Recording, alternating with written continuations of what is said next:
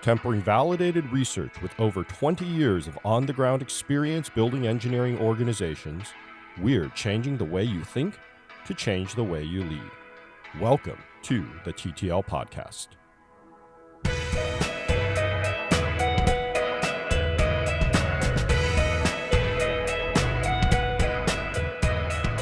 We're here for another episode of the TTL Podcast, a remote episode, as it were. Well, that's false because all of our episodes are remote. We're always remote. We live halfway across the world from each other.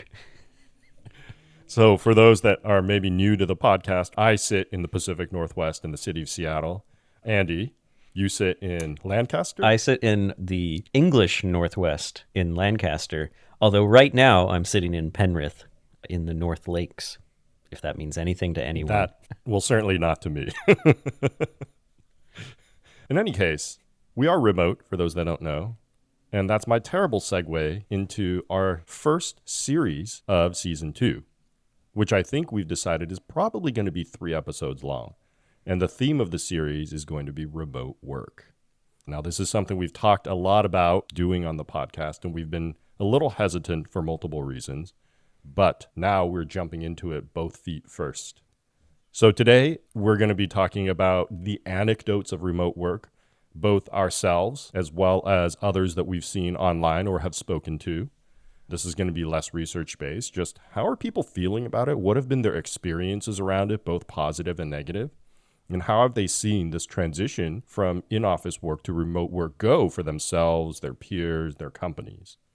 The next episode, we thought we would tackle the science of remote work. What do the studies say? We love studies. We just did a very paper-heavy episode before this.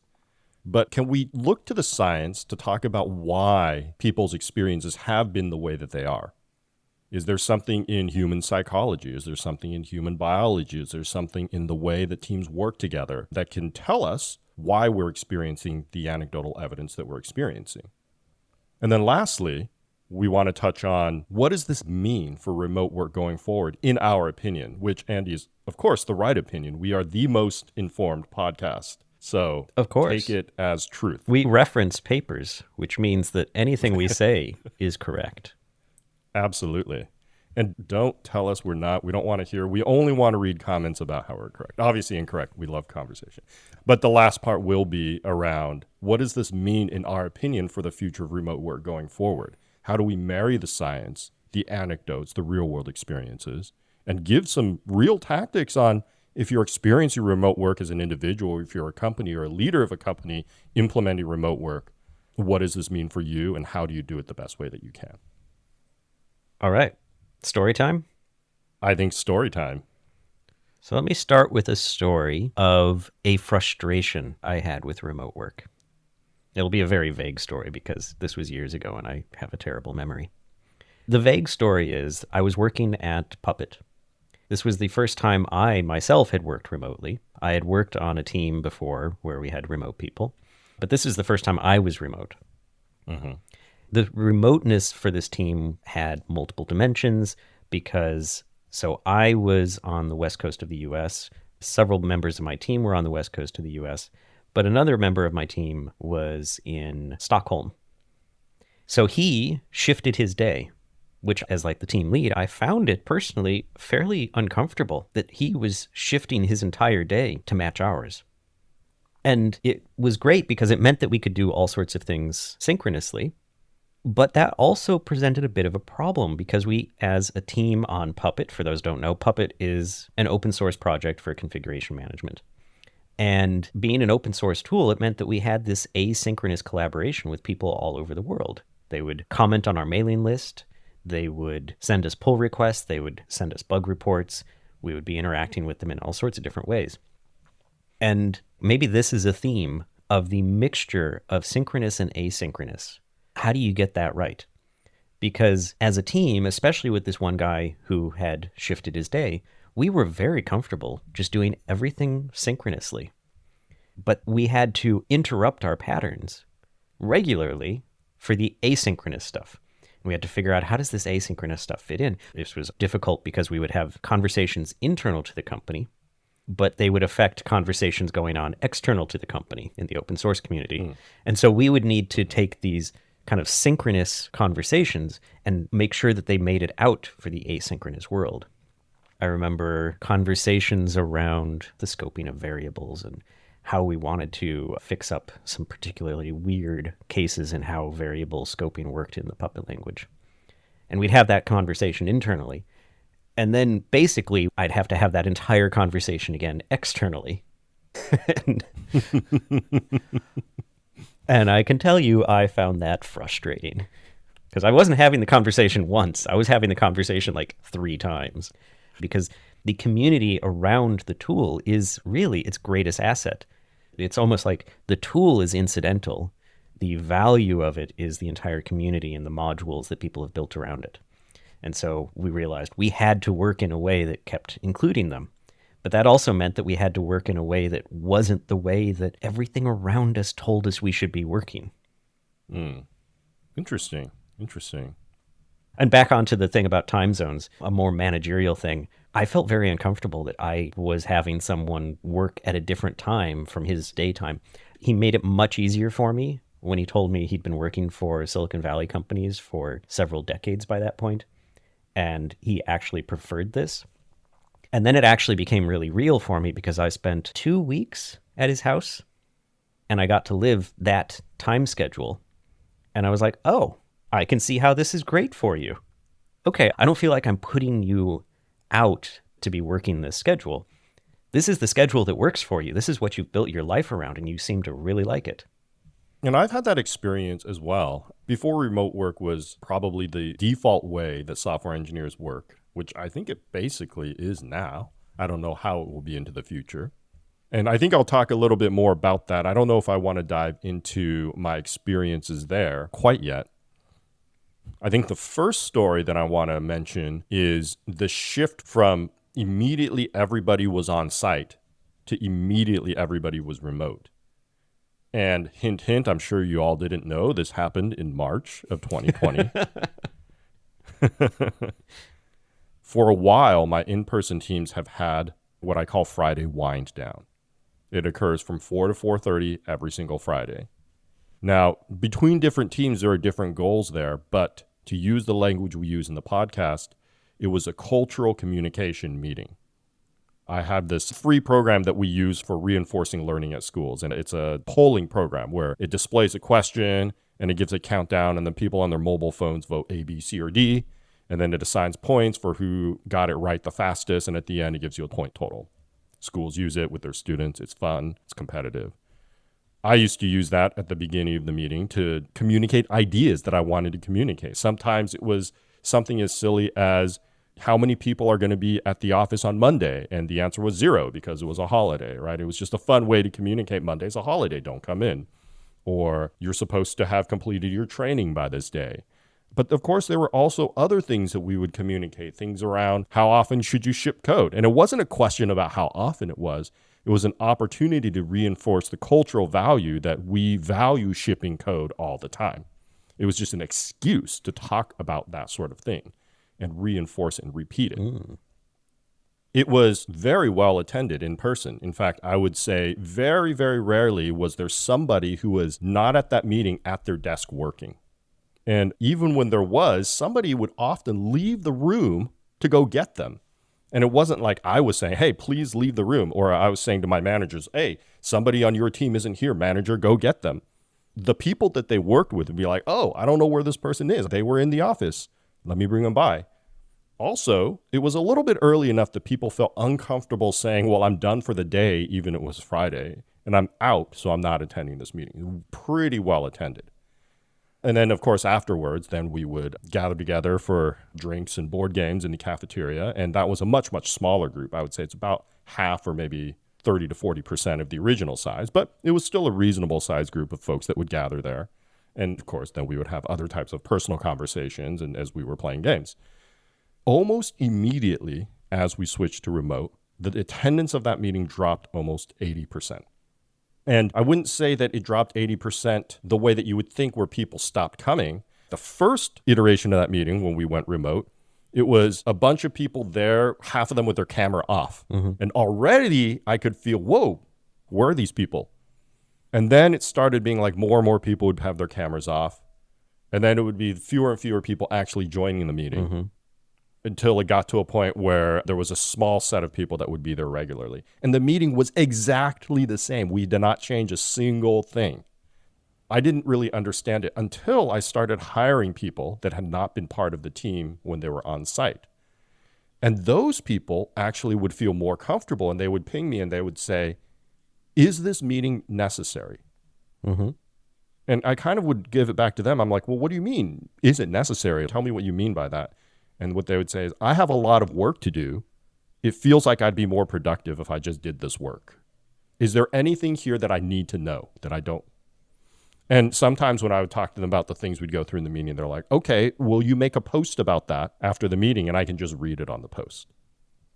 So that is my anecdote about how a ritual that was very, very well attended in person became almost unattended overnight when we switched to remote. I have a question about the team. When they were in the office together, what was their teamwork? What was their collaborative effort like? Was it this, you mentioned it earlier, like kind of like the split up onto individual things and come back together? Or were they pairing all the time? Or was it some sort of combination? So it was some sort of combination. A big cultural aspect that I communicated down through my leadership chain was that I wanted all of their teams to have multiple people assigned to tasks. And I would push it every now and again, depending on the seniority of the manager and how well they understood that. There were a lot of managers that didn't really understand that. And I didn't really want to give them an edict, like, no, don't do this, do that, have them pair. But generally, what I would push them around is, one, there needed to be multiple people working on a task. And two, those sets of people, it wasn't just the most expedient way to get it done. They had to think about other things around training and around information sharing and around siloing. So we're going to bring this person from over here because they don't know anything about it, and that's going to slow it down. The other thing I often caution as I was doing briefing with my managers about this and hearing their back briefing is looking at the division of tasks. And some of my managers would say, these two people are working together. Here, look, they have this set of tasks. This person has this set of tasks, and they've divided it up. And there would be coaching around, well, that's not the intent. It's not around the division of tasks. That's the intent. It's about that conversation and how often do they get back together. So a question I used to ask a lot in skip level one-on-ones, which would happen once every month or 6 weeks with my ICs, would be something like, how often do you talk deeply with somebody about a problem you're having? And I wanted to see that multiple times a week, which sometimes it was, sometimes it wasn't. And when they were all remote suddenly, it sounds like in the office even, they had this drift towards independent tasks, independent work. And I'm guessing that became accentuated when they became remote. Is that right? Absolutely. Yeah. Absolutely. And in fact, this was what I was getting into a little bit earlier. Both this team as well as my next team at Meta had the same thing where as we leaned more and more into remote work, we leaned more and more into individual work. Managers found it very difficult to track joint work. In fact, I remember my manager asking me at performance review, so you're saying these three people worked on it. How do I divide up credit? Which we can talk about whether that's the right question or the wrong question. But it's a very cultural question. It is. It is definitely a question that is central to the culture of your organization. When your organization asks those cultural questions, I have found that I was able to counter it much easier when teams were on site than when teams were not. Right. So the thing I'm seeing in that is that by going remote, people probably noticed that, one, they didn't have kind of like the physical presence as a reminder of joining with others on something. And they had the affordances of a lot of the remote work, which is, I've got other things around me taking my attention. I'm going to work on those. Independent tasks make that easier. You have this move towards asynchronous work, basically. And when you get into that, now that schedule, that timeline for your day is no longer dictated by that pattern around you in the office. It's dictated by other patterns around you. And so you're going to drift towards that. And so that question that you were getting about, is this really necessary? I've got other things, is basically my schedule doesn't fit this anymore. This feels like now a synchronizing burden because I can do my other work. I can do what I consider my actual work independent of all of this. And that is something that I've seen happen in teams. So where I was when the pandemic started, I think a fairly similar thing happened. A few of the groups that I was working with did pair programming. And so that just continued. But other teams, they kind of started drifting apart and had a harder time planning what they're going to be working on or getting people to show up and say what kind of progress that they've made. People started to feel it was more of a burden because I think one of the reasons was because in that remote setup, you lose a lot of the serendipitous interactions that happen when everyone comes into the room for that thing that Mon-Chaio you're presenting. But they have that little side conversation with the people sitting next to them. They have the conversation as they walk in, as they're walking through the hallway. They have that realization that, hey, Johnny's not here. I'm going to go grab him. That have all those little interactions that add value to it, add pleasure to it. But now you're on a Zoom call, and the only thing that can happen is they can sit there and watch you, Mon-Chaio. Yep. Yep. Or they can have little conversations in Slack or whatever. But the fact of the matter is they are not. Yeah. So I think those are some of the things that change from synchronous to asynchronous. And in the asynchronous, some things get lost. But now I'm going to tell a story about how in asynchronous, some things get gained. So at Tim Group, where we were working, we did a fair amount of pair programming. We were in office. We did that for a long time. But when we first started working remote, we had all these struggles about how do we keep this person engaged, informed. We tried all sorts of things with, there's one person remote, and so we'll walk around with a laptop at our stand-up. That person not remote will be on the laptop. And we realized that doesn't work so well. And eventually moved to this rule that once one person's remote, everyone's remote. There is no halfway house here. Right. And it had several implications. One being that we used many fewer meeting rooms. Suddenly the constriction of meeting rooms, or that bottleneck of meeting rooms that a lot of people face when they're working in an office, stops existing. But another thing happens, the written word becomes much more important. So in an office, you can get really far, and a lot of Agile stuff is actually based on this idea. You can get really far through just a couple simple notes and almost people's memory tied to location and events. That just really doesn't work very well when you're remote. I'm in the same location. The events aren't all that memorable necessarily. So I need much more written. And so we had much more focus on written forms of communication, which meant that we had some really good write-ups about outages. Meeting notes became a much bigger thing. And this was to allow for, when you're remote, things are naturally going to drift towards that asynchronous much more. And so the written form is much more valuable. And out of that, you get all sorts of advantages. So I think that's something that I learned is once you do that kind of remote first, written communication becomes a much bigger thing, and you get the advantages of that. Now, a guy I used to work with, he and I were commenting on the Troubleshooting Agile podcast, one of their episodes. They were actually interviewing someone else about async work. And in that, they also brought up the value of documenting things and just writing things down. And the thing that happened in that episode that I listened as it was going on was synchronous communication can be a way where you can quickly check what does someone mean. Asynchronous communication, that becomes much more difficult. How many times, Mon-Chaio, have you gotten an email and you're just like, what does this mean? This is terrible. And then you go and talk to the person, you find out that is not what it meant at all.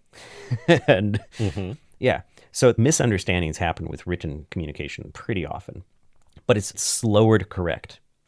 Now, that was the assertion. Although in this episode, I was listening to a misunderstanding of a word happen as the episode was going on, as they were talking in real time to each other. And this guy I used to work with, he brought up that in synchronous communication, in spoken communication, you have to be on top of it at that point in time to notice that it's going wrong.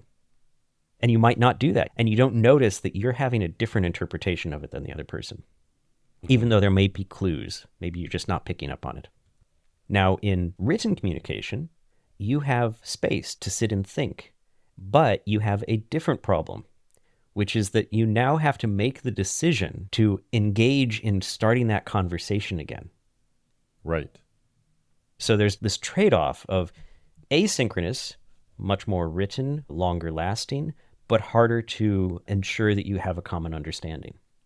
Synchronous, much more ephemeral, technically easier to get that common understanding, but you have to be much more on your feet to notice those things. Mm-hmm. I think that's an interesting way to think about the trade-offs. And when we get into the science episode, I think it'll be interesting for us to discuss what the science says about human communication, both synchronous and asynchronous. Mm-hmm. I'll offer an anecdote from my side around both, again, the positives and negatives, the trade-offs around written communication. When I joined Meta after leaving Uber, I joined as a fully remote person because the pandemic was in swing by then, right? People were used to working remotely. And on the one hand, Meta was always a very documentation-based company. They have their workplace thing that was very similar to Slack, where people write posts and they're long-lived. But I did find it very easy to get ramped up with the amount of asynchronous documentation that was created. I did notice a very insidious challenge with written communication, though. And one can say some of this is positive as well or negative. But I think the way that leaders use written communication from their teams, in my opinion, is generally more problematic than good. So I'll give you two anecdotes. One is in performance review, which we just talked about in our last episode. In performance reviews, we used to be able to have a conversation around how things went for a particular person, and their manager could generally speak towards that event. Well, this is an example of when they collaborated really well. They were at this meeting and they talked to this person and this person had this feeling, and so they went out and gathered data. Now, all of a sudden, you could point to documentation. Well, look at this comment that they had. It seems overly terse. And it seems to be bringing people down. And so you said they collaborated on this thing, but I pulled up the strategy document, and I don't see them commenting in here at all. Missing that, well, maybe they were talking as a group in Slack, or they'd had a synchronous meeting and they hadn't bothered commenting because they'd passed along all of their feedback there. Yeah, there's now this bias towards, well, since so much is written, everything must be written. If you don't have proof, it didn't happen, right?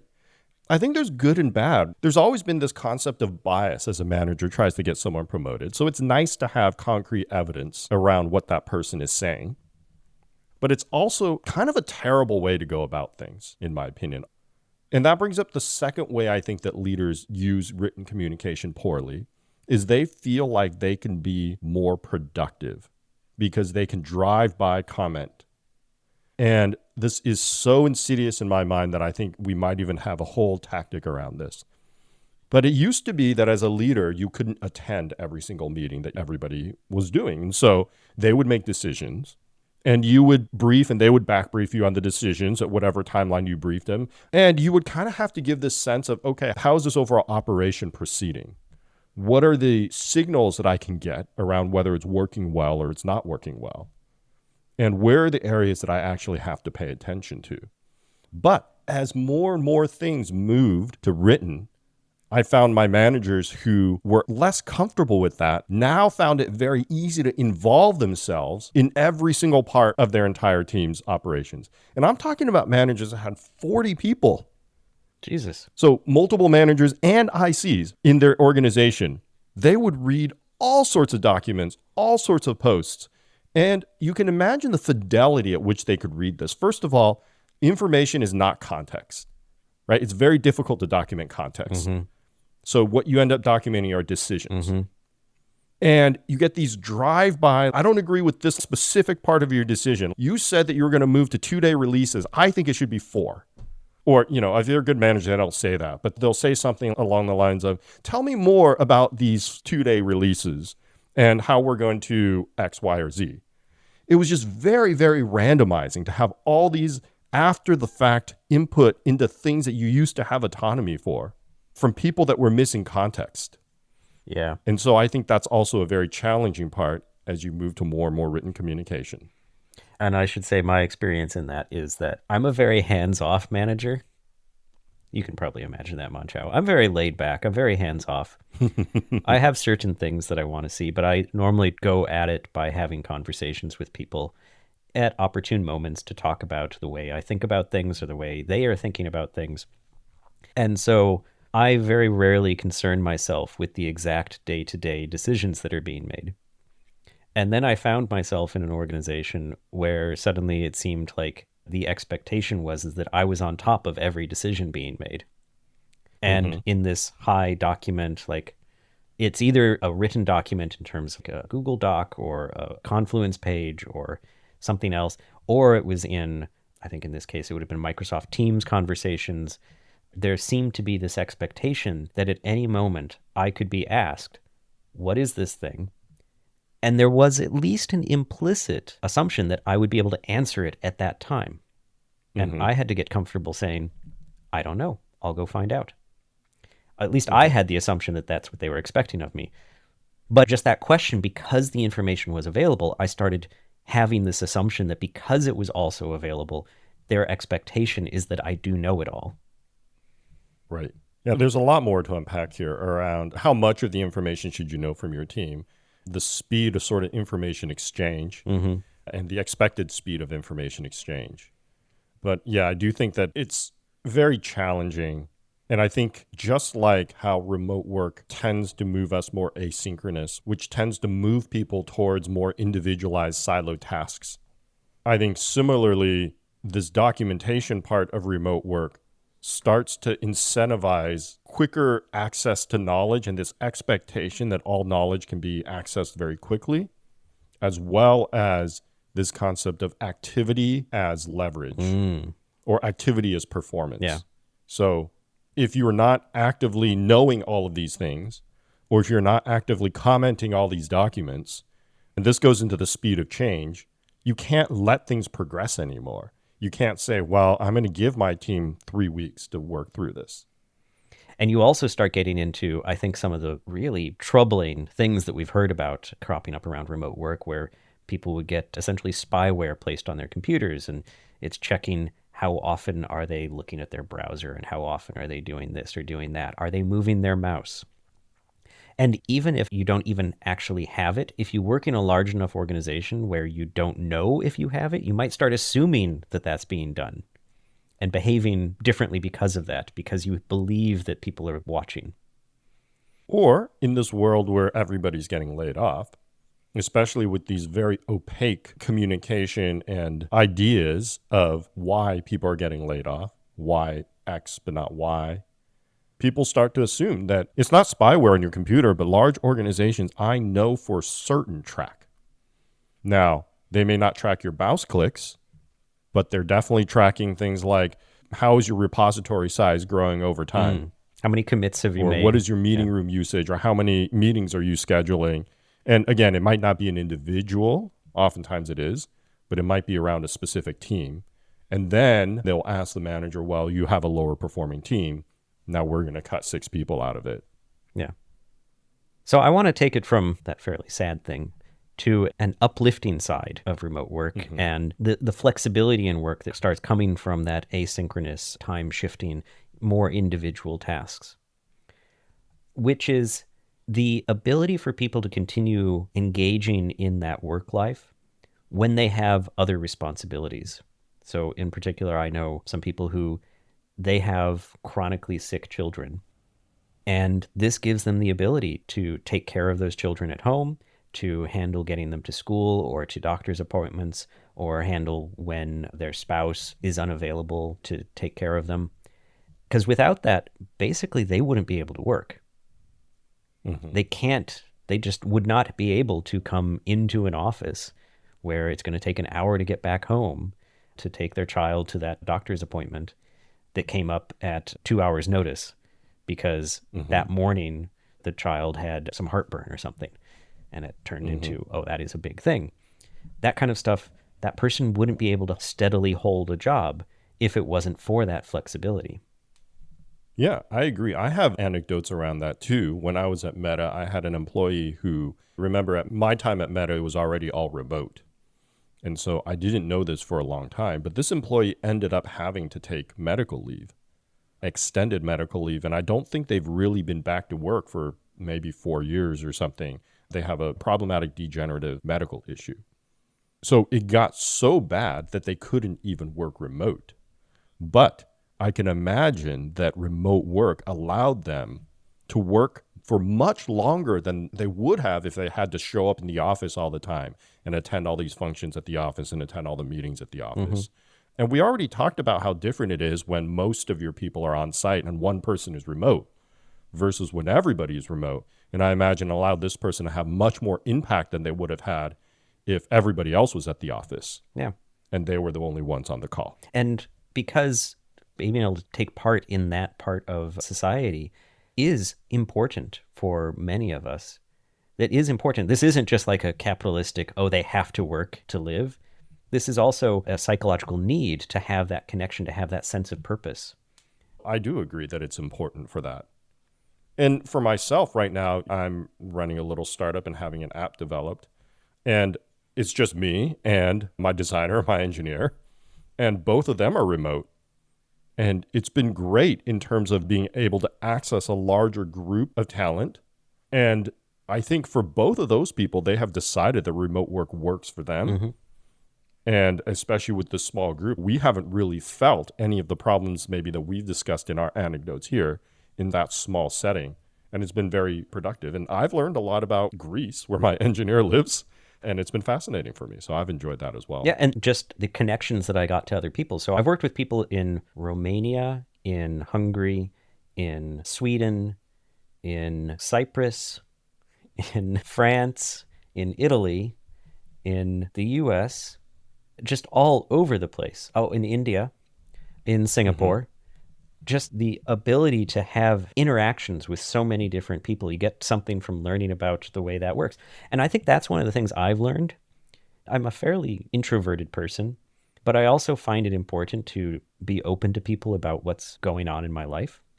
And that openness means that I also get openness from others about what's going on in their life. And so I get to learn about what's going on with this person who lives in Romania and how the world is going there and the elections that are coming up and their thoughts on it.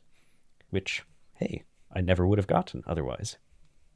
And introvertedness works different for many different people. I was reading this anecdote from an engineer who said, I am probably the most introverted person that I can imagine. And yet, working remotely made me so lonely. So there's both sides of that, I think. The theme being that connection is important, even for the most introverted people. So I work remote, and I've worked remote a couple times, and I go to co-working spaces because I need to get out of the house and I need to have that interaction with people. Otherwise, I know I get lonely and spiral. All right, Andy, should we talk a little bit about, not spiraling, let's not talk about spiraling, but should we talk about themes perhaps? Yeah. Next episode, we do want to talk about the science, but it'll help us to have some themes that we can dive into on the science. So what are some of the themes that, from our anecdotes and from some of the anecdotes that we've heard, would be interesting themes to investigate around remote work? Well, I think this last one, actually, mental health outcomes from remote work, is an interesting one. And so that would be the science of mental health for people and perhaps why some people are happier in remote work and why some people are not. And maybe we can find out some attributes which would help us make people happier in remote work. Okay, I like that. Yeah. I like that. For me, I think performance is a big one. That's talked about a lot. Do we really perform better when we're remote? There's a lot of studies around employees feeling more productive when they're away from the office. This idea of quiet space, this idea of not having to attend useless meetings, which is a big one. And of course, this concept of leaders and managers wanting to force people back into the office.